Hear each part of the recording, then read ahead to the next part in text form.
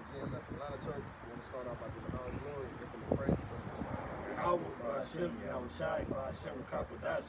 double honors to our apostles and the elders at Great Millstone, their teaching of who were.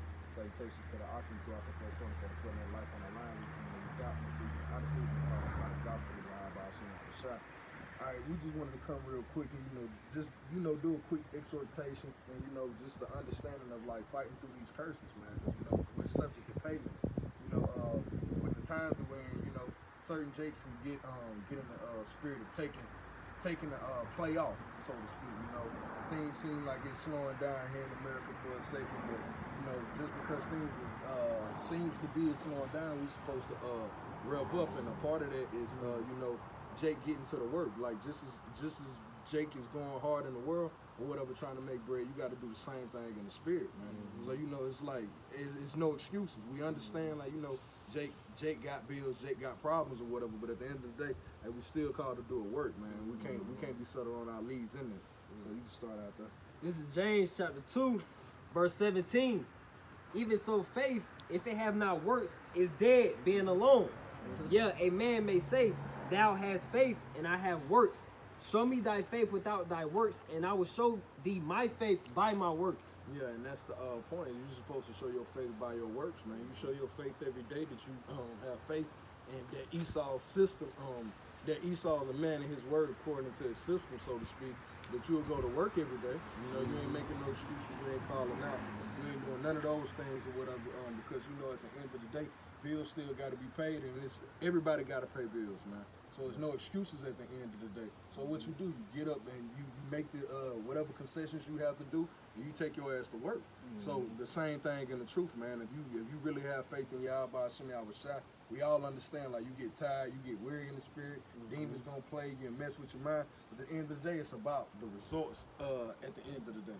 It's the results. Are you doing the things that are pleasing in the sight of Yahweh Ba'ashem, Yahweh Shai? And that's that works, man. You heard something you want to say? Yeah, come on, I want to grab a precept. This is Baruch chapter 4, verse 6. Ye were sold to the nations, not for your destruction, but because ye moved the Most High to wrath, ye were delivered unto your enemies. Like the brother just mentioned, that we are under these curses right now, but it's not for our destruction. We deliverance is for the nation of Israel, for you black, Spanish, Native Americans out there. So this is not the end all be all. That's why the scriptures say that this is not our rest. This is not the end all be all. So there's no reason to be down and depressed, worrying about your job too much, putting too much heaviness on your mind. Hey, we got something bigger to look forward to. Just that scripture alone show you that the kingdom of heaven is at hand. So repent. That's right. I just all right. What did you have something? No, that was did you have something? no. Go ahead. All right, I get this to back up the brother. This is 1 Corinthians chapter 10, verse 13. It says, "There have no temptation taking you, but as is common to man." So everything that Jake is going through, hey, can you point out and say, hey, he ain't went through it, this guy ain't went through it. Hey, it's common unto all men, man. Yeah. We wanna individualize this walk. It's like brothers don't understand, your situation is unique. I'll give you that, because every brother, he has to bear his own cross. But at the end of the day, you can't necessarily say, yo, this is uncommon to man, like you going through something nobody else has dealt with. It's actually, if I can add on to your point, it's actually better,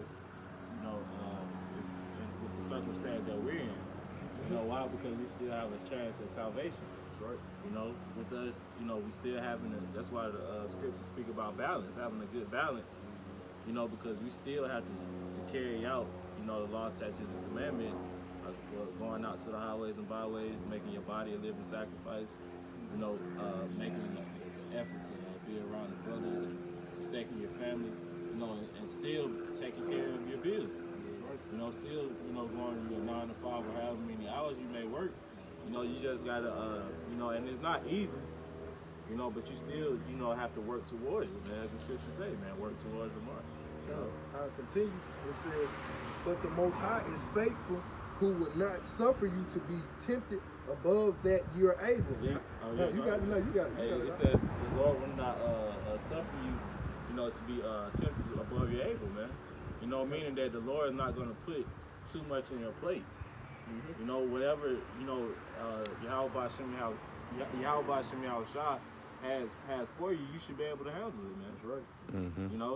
You should be able to look at the the bigger picture of the thing and realize what's actually going on, man. Yeah, it says the Most High is faithful. So the Most High is a man of His word. He's faithful. He's actually gonna hold up His end of the bargain. So we got to show that same faith in Him. It's like, yo, I know I'm catching hell right now, but the Most High is faithful. You said it, I'll be able to bear it. So you know what? I'm gonna bear it by anything, by whatever means, as in the sense of what I may have to add on to me or what I need to cut off from me. Or whatever, the Most High is faithful that He'll actually allow you to beat that situation if you put forth that the spirit towards Him in faith. I got something. This is 1 Corinthians 15 and 58. It says, "Therefore, my beloved brethren, be ye steadfast, unmovable, always abounding in the work of the Lord Yahweh Hashem Yahushua.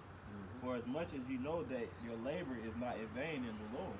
So like the brother was saying, hey, our labor isn't in vain.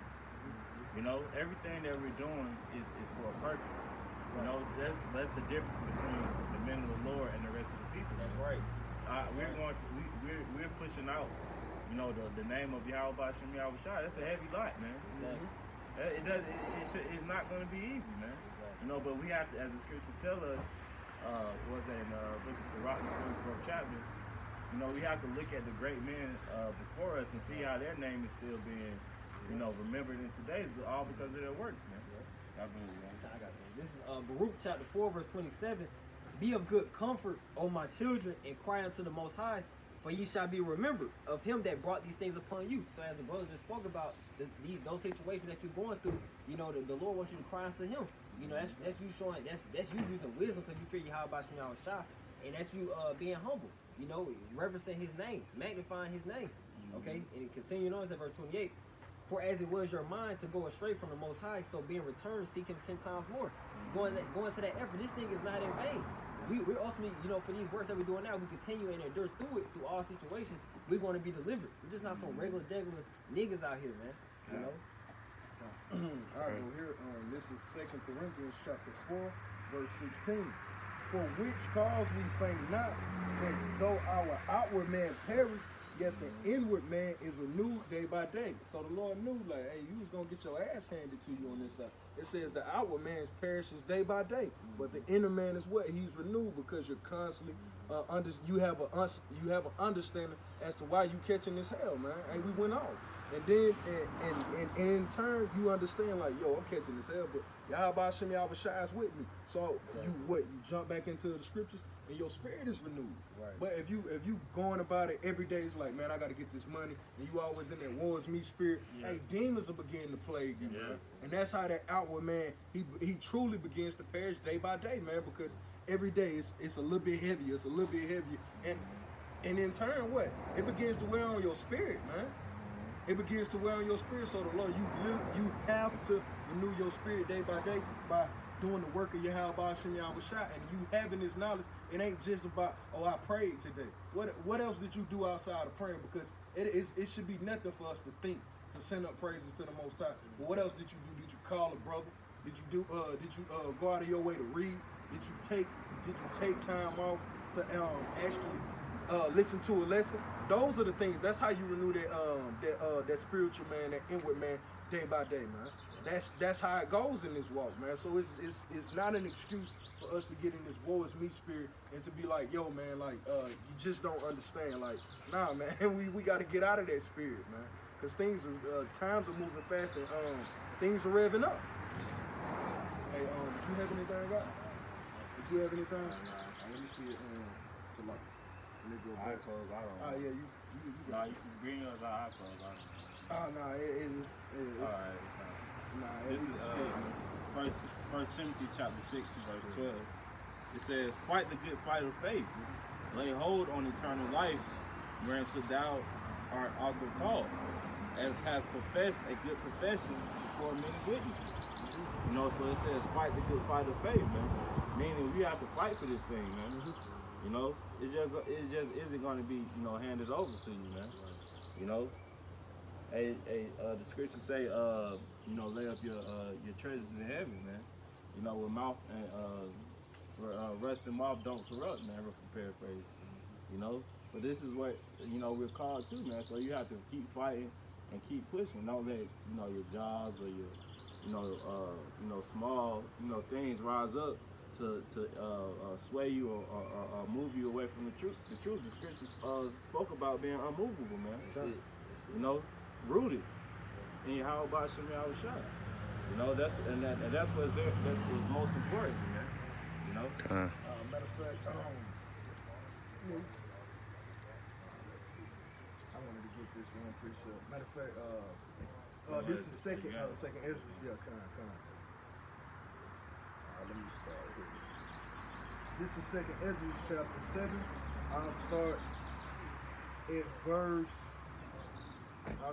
verse. Kalaya need to move. I'll start at verse 6. It says, this is second Ezra verse 7, I'll start at verse 6. There is also another thing. A city is built and set upon a broad field, and is full of all good things. The entrance thereof is narrow, and is set in a dangerous place to fall, like as if there was a fire on the right hand, and on a left a deep water. And that's the pitfalls and what it truly is to be in this walk, man. You know, it's fire on the one side, it's deep waters on the left. So that's straight gate. And the Lord is telling you, it's like, but He spoke of a city with many goodly and rich things in it. And that's what that's the city that we're headed to. Yeah. That's the journey that we're on. That's if I can add to your point. That's why I mentioned the bigger picture earlier. You know, that's the bigger picture is the kingdom of heaven. That's what we're fighting for. That's going to last forever on earth. Yeah. Like, come on now. That's the bigger picture, man. Don't look at your day to day. You know, man, paying a light bill the other day. Look at the bigger picture, man. Right. You know. All right. And continuing this verse 8, it says, "Only one path between them both, even between the fire and the water, so small that there could but one man go there at once. If this city now were given unto a man for an inheritance, if he shall never pass the danger set before it, how shall he receive this inheritance?" And that's the point, man. For us to receive the ultimate glory through the Spirit of Yahweh Shemi Awashai, we want to call ourselves rulers. We want to call ourselves the true Israelites, the true servants of Yahweh Shemi Awashai. We got to go through some things, man. Right. You think the Lord is going to put you up on a pedestal, and this is a pedestal that no man can knock you off of. You know, Esau is taking the glory from Michael Jackson, Prince, all of the great Israelites of this world. But the glory that's to come, no man can take away from you, because it was given by Yahweh Shemi Awashai Himself, man. That's what we're fighting for. We're fighting for that eternal glory, man. So the Lord is saying, like, yo, you think I'm gonna give you all of this and you ain't put up no fight for it? Right. Like, I know the hell that comes along with this, man. Fire on one, deep waters on the other side. Yeah. It's hell to get to this good city. But hey, it's worth it, man. Right. So that's the gist of this lesson, man. It's all worth it at the end of the day, man. You know, you're gonna have your ups, you're gonna have your downs. It's gonna take endurance. Sometimes it's gonna take spirit a lot of the time. But at the end of the day, man, you're trying to get to that good city, man. Yeah. Hey, but with that, if brothers didn't have anything, we want to end off by giving all glory, infinite praises unto Yahweh, Ba'ashem, Yahushai, Ba'ashem, Kakadash, double understar apostles and the elders at Great Millstone. Continue to push. Shalom. Shalom.